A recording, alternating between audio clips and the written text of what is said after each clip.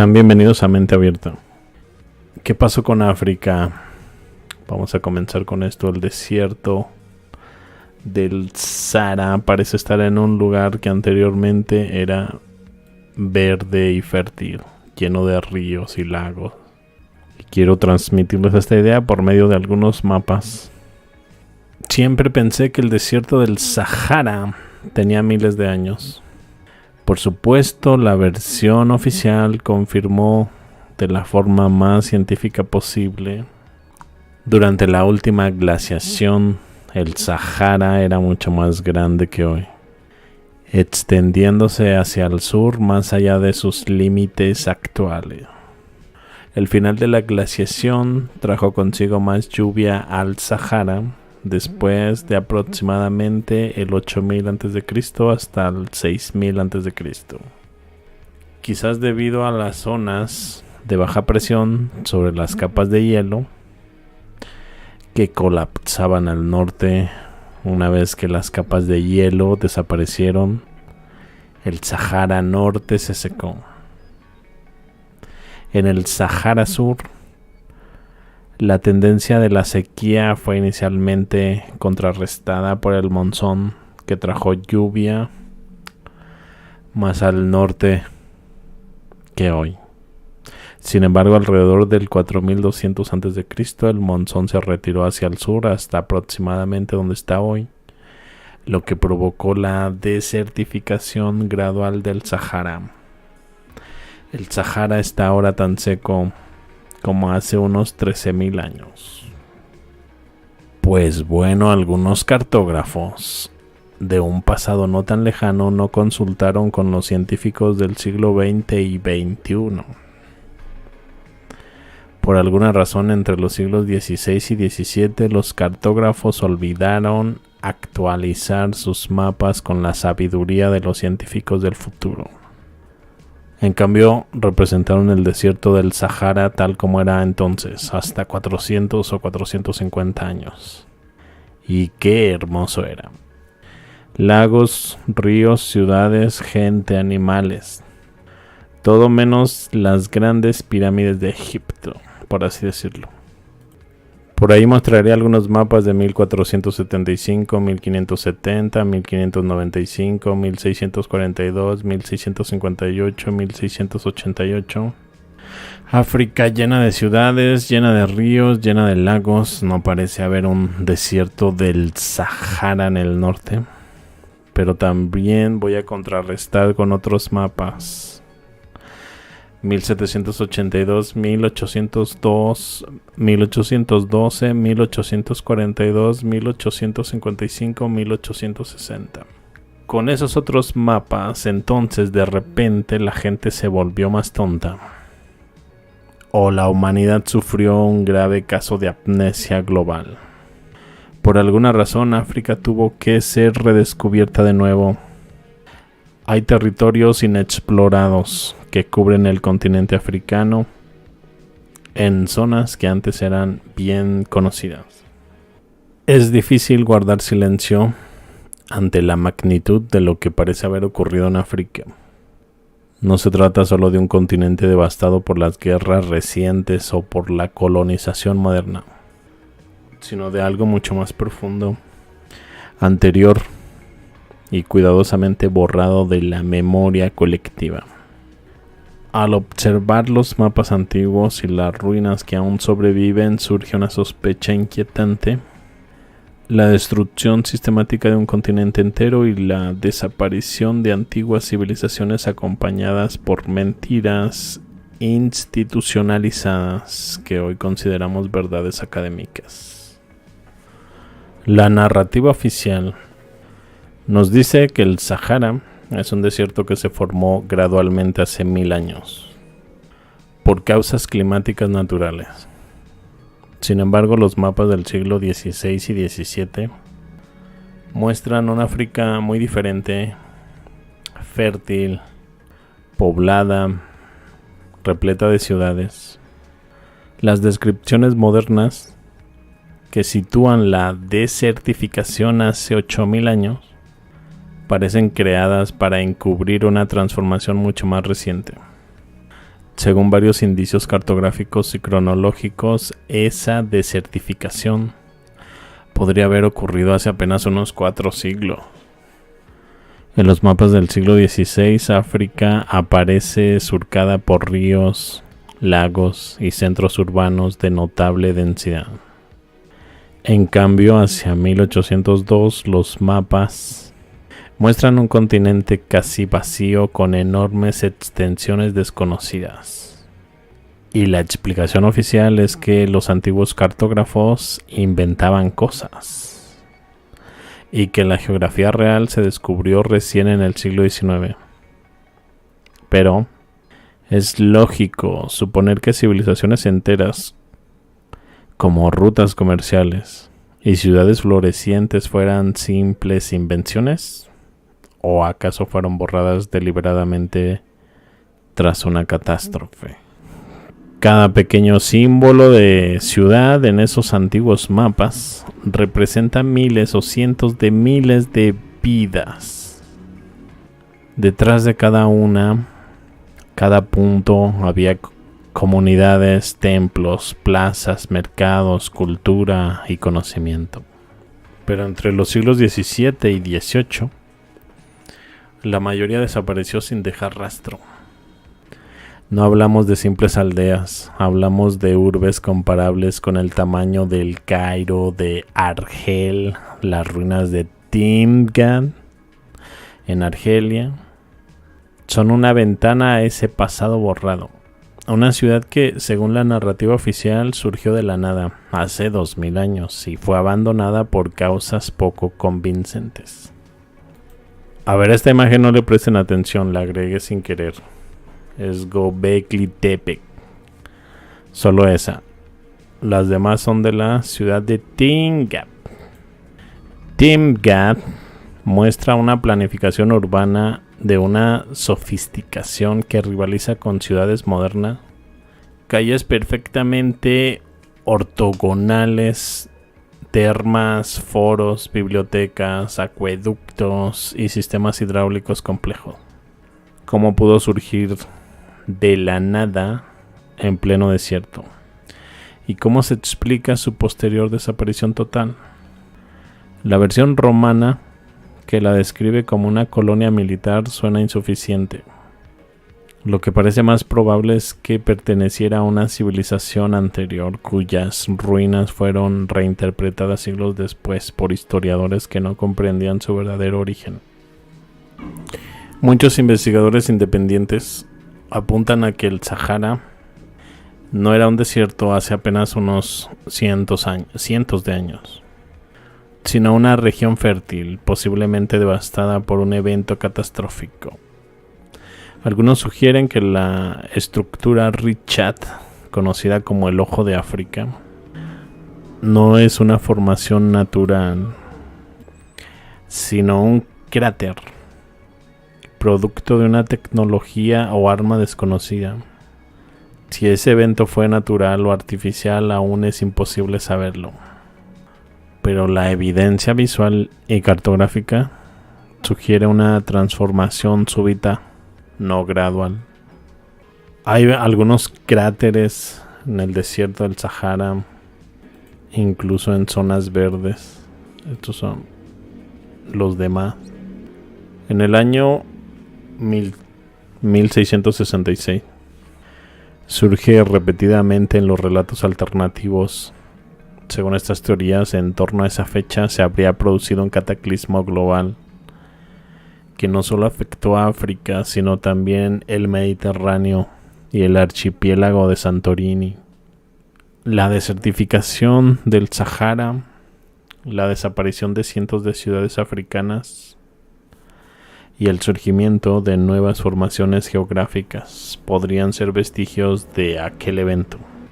Un evento tan devastador que reescribió la geografía y la historia, y que después fue ocultado bajo capas de desinformación académica. La versión moderna de la historia atribuye estas desapariciones a guerras, pestes o al paso del tiempo, pero esas explicaciones parecen insuficientes. para justificar la aniquilación total de regiones enteras. Lo que los mapas del siglo XVI muestran es una África viva y conectada con los demás mapas del siglo XIX. Registran es un continente vacío. ¿Qué fuerza podría borrar miles de kilómetros de civilización y dejar tras de sí un océano de arena? Algunos teóricos sugieren la posibilidad de armas de energía desconocidas, cráteres de impacto o incluso radiación. Hay regiones del norte de África y Arabia donde se reportan zonas prohibidas, donde las personas que se adentran sufren síntomas similares a la exposición nuclear. Si estos lugares son realmente vestigios de una guerra tecnológica antigua, entonces el desierto del Sahara podría ser el resultado físico de esa destrucción. Una destrucción planetaria que hoy ignoramos.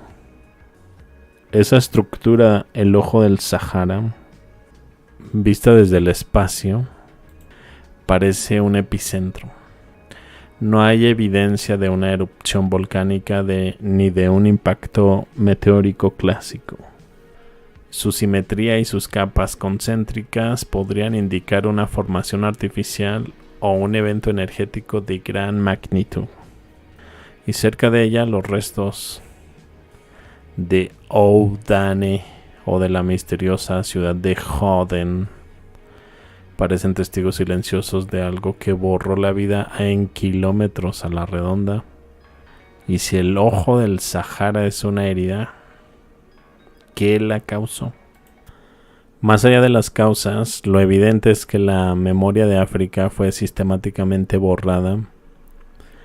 Sus antiguos reinos, sus ciudades y su conocimiento desaparecieron.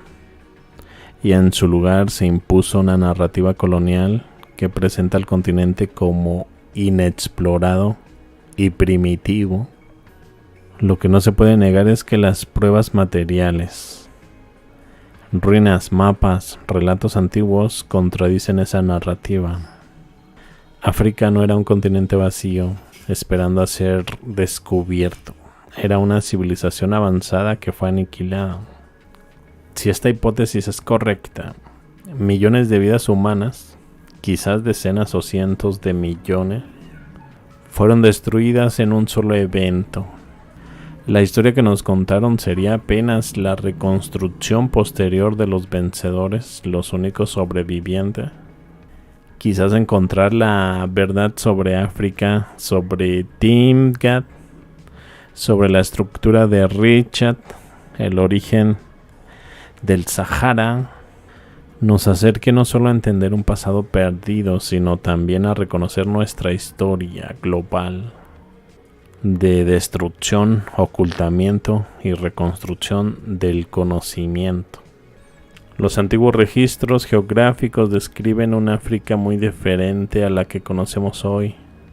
En los textos del siglo XVII se mencionan reinos bien organizados, ciudades activas, redes comerciales prósperas a lo largo de toda la costa oriental.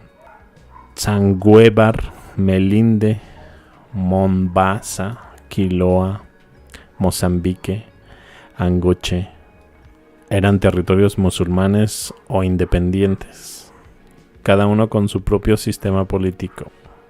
No eran tribus aisladas, sino estados soberanos, con estructuras que desmienten la imagen arcaica que la historia moderna proyecta sobre ellos. Más al interior, los textos de la época describen los grandes imperios de Monomotapa, ambos con múltiples reinos subordinados, ciudades fortificadas, comercio de oro y marfil, y sistemas administrativos complejos. Monomotapa, de hecho, era considerado por los cronistas europeos como el mítico Ofir del rey Salomón. Por cierto, ese reino coincide con Sudáfrica, la tierra del oro bíblico. La mención constante del río del Espíritu Santo y de urbes como Chetuchim o Bayontego demuestra que los europeos sabían de su existencia mucho antes de que la narrativa moderna declarara esas zonas inexploradas. Esa riqueza, sin embargo, parece haberse desvanecido abruptamente. La transición entre los mapas del siglo XVII y los del XIX revelan un vacío.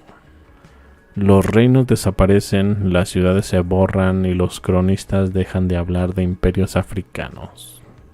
Solo quedan ruinas y nombres sueltos.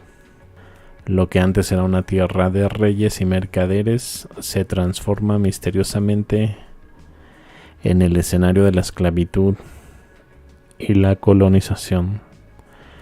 Una civilización avanzada, reducida a polvo en menos de 2 siglos. En ese contexto, los grandes cataclismos mencionados en los mapas antiguos adquieren un sentido distinto. La devastación del Sahara, la desaparición de ciudades costeras y el colapso de imperios como Monomotapa podrían ser consecuencia de un evento súbito, una guerra de escala planetaria o una catástrofe eléctrica, como algunos investigadores sugieren. Y esa estructura de Richat, el ojo del Sahara, en el corazón del desierto, parece el epicentro de ese desastre. Una huella circular imposible de explicar solo por la erosión o la geología.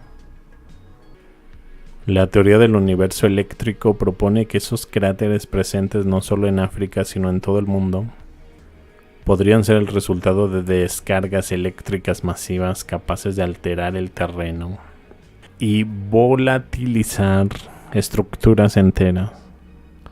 En los laboratorios, este tipo de daño puede reproducirse a pequeña escala sobre rocas y metales, generando patrones idénticos a los observados desde el espacio. Si el Sahara fue producto de un evento eléctrico global, entonces el mapa del mundo fue literalmente reconfigurado en un solo instante. A ver, tengo por ahí una toma más amplia. Los testimonios del siglo XIX que describen un mundo abolido coinciden con esta hipótesis. La Kashfa de Argel, por ejemplo, fue descrita por sus propios habitantes como un lugar que ya no es lo que fue, habitado por ocupantes ilegales sin memoria ni historia.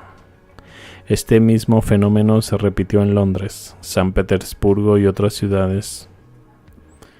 Poblaciones desplazadas, reconstrucciones inexplicables, rápidas, y una sensación general de desarraigo, como si un mundo entero hubiera sido reemplazado por otro. Algunos teóricos contemporáneos han sugerido que tras el cataclismo la población mundial fue literalmente reemplazada.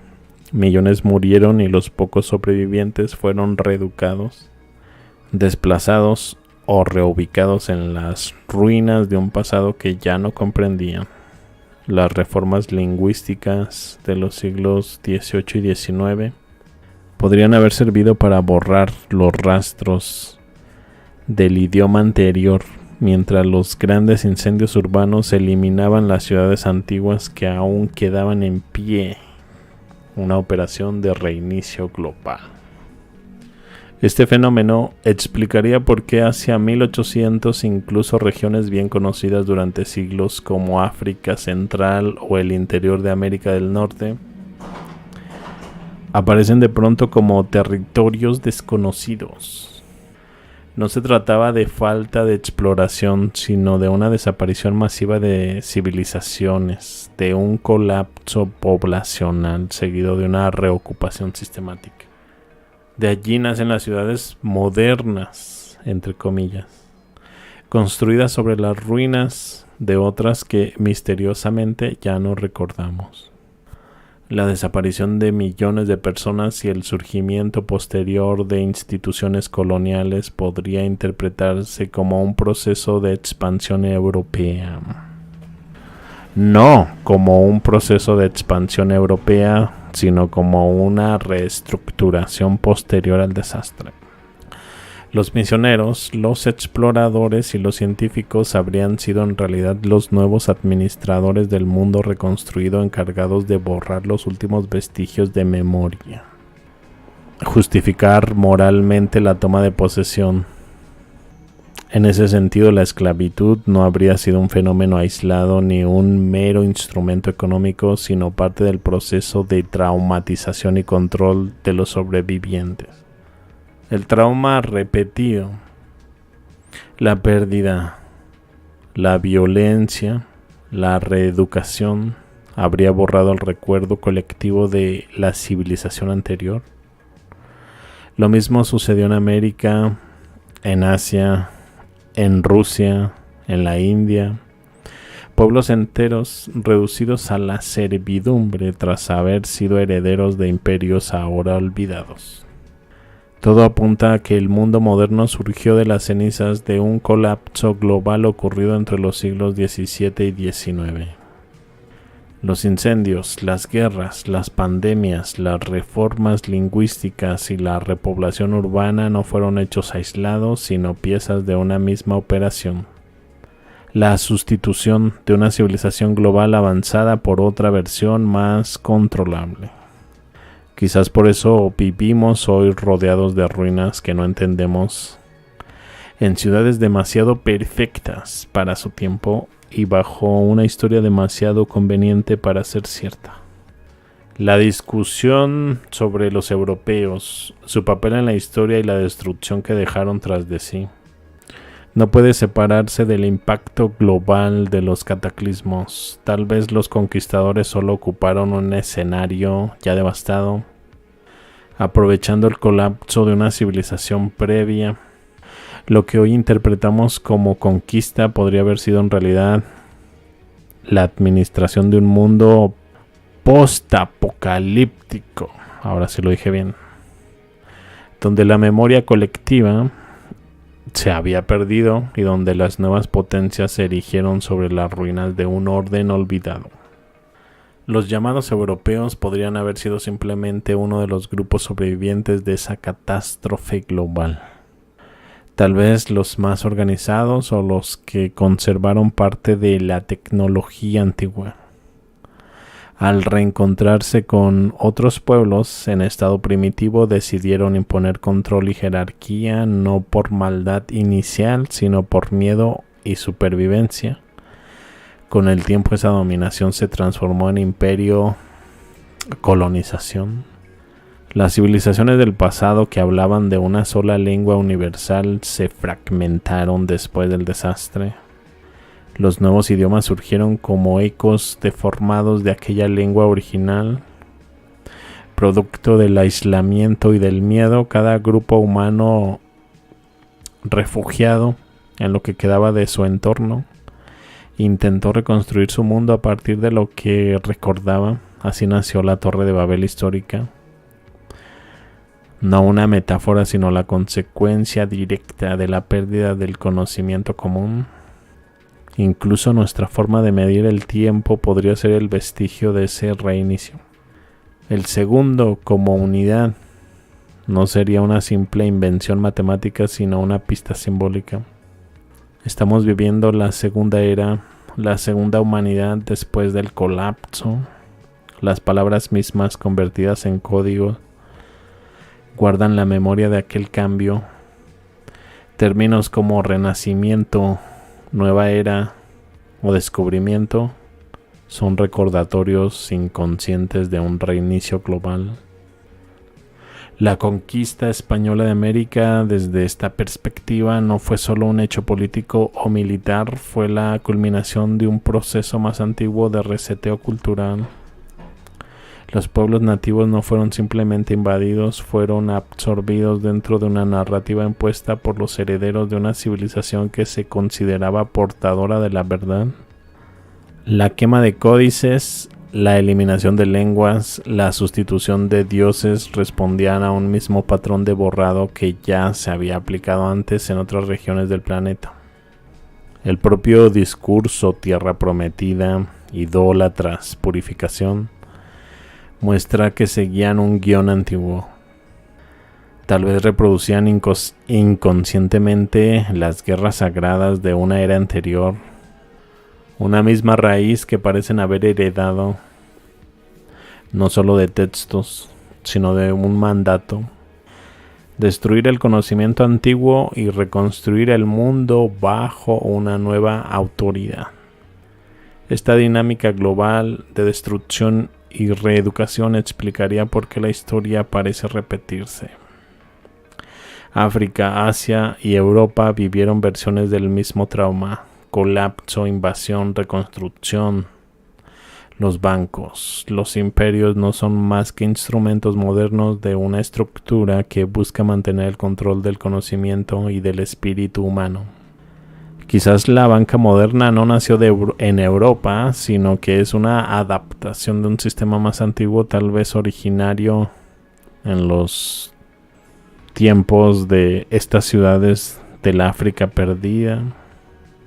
Los vestigios de arquitectura en piedra en Sudáfrica, las terrazas y canales que Michael Tellinger documentó, son prueba de que millones de personas vivieron allí hace miles de años. Las similitudes con estructuras de Siberia, América y Oriente Medio pueden sugerir una red global de ingeniería y energía. No sociedades aisladas, sino ramas de una misma civilización mundial que dominaba la geometría sagrada, los fractales, el flujo de energía terrestre. Si Babilonia estuvo en África, como algunos mapas antiguos insinúan, entonces la raíz de la civilización del dinero y de la ley no está en Mesopotamia, sino en el continente negro. De allí surgiría la conexión directa entre las estructuras financieras actuales y los antiguos templos del poder, reinterpretados siglos después por las religiones y las monarquías europeas. La línea entre lo espiritual y lo bancario se difumina cuando se observa desde esa antigüedad profunda. El vínculo entre el colapso de la Edad de Bronce y el mundo moderno no es casual. Ambas épocas muestran los mismos síntomas: corrupción, pérdida de conocimiento, centralización del poder y una sensación global de fin de ciclo. Quizás la historia contemporánea no es más que la segunda versión de aquel colapso, un eco reeditado con nuevos protagonistas, pero con el mismo guión oculto. Cada catástrofe reinicia la memoria y permite a los sobrevivientes escribir una nueva historia a su medida.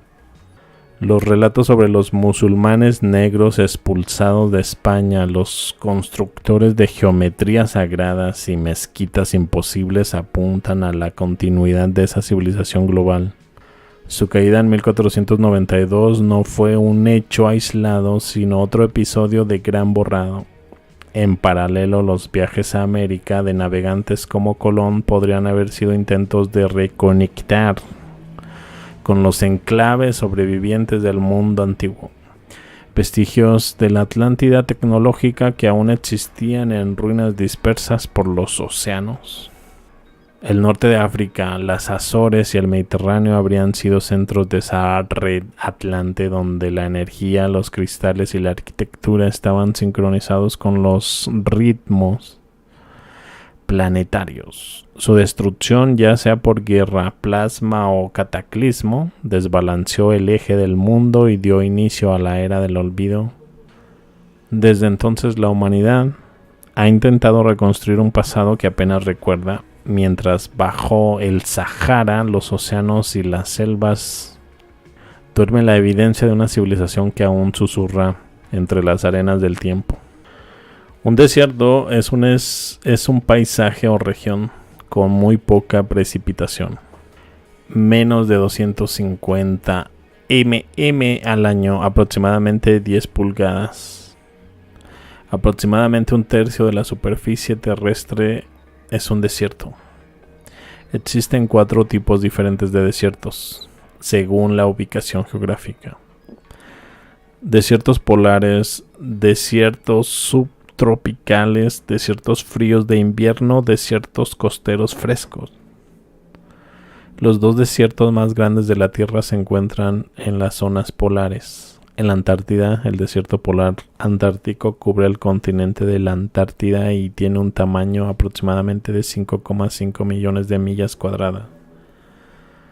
El Ártico, el segundo desierto más grande, es el desierto polar ártico. Se extiende por partes de Alaska, Canadá, Groenlandia, Islandia, Noruega, Suecia, Finlandia y Rusia. Tiene una superficie de aproximadamente 5,4 millones de millas cuadradas, como se muestra en el mapa. Cuando la mayoría de la gente piensa en desierto, imagina un paisaje cubierto de arena y dunas. Aunque muchos desiertos están cubiertos de arena, la mayoría no lo está. Muchos paisajes desérticos son superficies rocosas. Son rocosos porque cualquier partícula del tamaño de la arena o más pequeña en la superficie es rápidamente arrasada por el viento.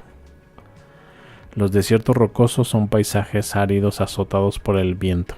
En resumen, y basándonos en la información oficial anterior, podemos concluir que desierto es igual a nieve, desierto es igual a tundra, desierto es igual a arena. Dudo que los antiguos anduvieran con una regla intentando determinar qué zonas de este mundo califican como desierto. Probablemente pertenece a nuestro periodo aproximado. Esto nos deja con la palabra desierto y su significado que motivó la clasificación de ciertas zonas como desierto. Usando el Google Translator, deserta es igual a desperdicio y deserto es igual a desierto. Terreno con vegetación en sustantivo generalmente escasa. Una zona de agua aparentemente desprovista de vida. Una zona desolada o amenazante. Arcaico, una zona salvaje, deshabitada y sin cultivar. Y en cuanto a verbo, retirarse o irse generalmente sin intención de regresar. Dejar en la estacada. Abandonar el servicio militar sin permiso. Como pueden ver, la presencia de arena no es el requisito para que una zona se considere desierto. En otras palabras, el hecho de que la palabra desertum en sus diversas formas aparezcan en algunos mapas no implica que haya montañas de arena en las zonas donde las vemos hoy. Tachord, el río Tachord, no sé si alcancen a leer por ahí. Nace en ciertas montañas cerca de Libia, riega la ciudad de ese nombre y corre a través de un bosque hasta el lago. ¿Cuántos ríos, lagos y bosques conocemos hoy en esta parte de Libia? Creo que por aquí tenía yo una comparativa. Lo tengo en una imagen, ya me acordé. Déjenme la paso. Bueno, aquí la intención es ver el desierto de hoy en día con todos los ríos que vemos a la izquierda. Hay uno que cruza de forma central. Algunos lagos bastante grandes que vendrían a concordar con... ¿Qué país es? Mali. Luego está Níger y Chad. Hay un gran río que parece haber llegado hasta Chad y quizás hasta Sudán. Y otro río que bajaba desde Libia. Entre Libia y Argelia. Que es el que estaba mostrando. Vemos aquí en las desapariciones de reinos. Se perdió la información de Sudáfrica, curiosamente de los reinos que pertenecían a Etiopía también, acá en el centro. Por un tiempo se desconocía Barbaria estando tan cerca de España, curioso. Bueno, parece que alguien muy poderoso devastó todo el continente africano hace unos cientos de años. Cientos de ciudades y pueblos fueron destruidos, millones si no miles de millones de personas podrían haber muerto en el proceso. Sin embargo, nos están dando un montón de tonterías sobre millones de años y cráteres de meteoritos. Sean aburridos o estén atentos. Bueno, ¿qué opinan ustedes? Déjenme sus comentarios. Yo me despido de ustedes. y los veo más adelante con más información. Hasta luego.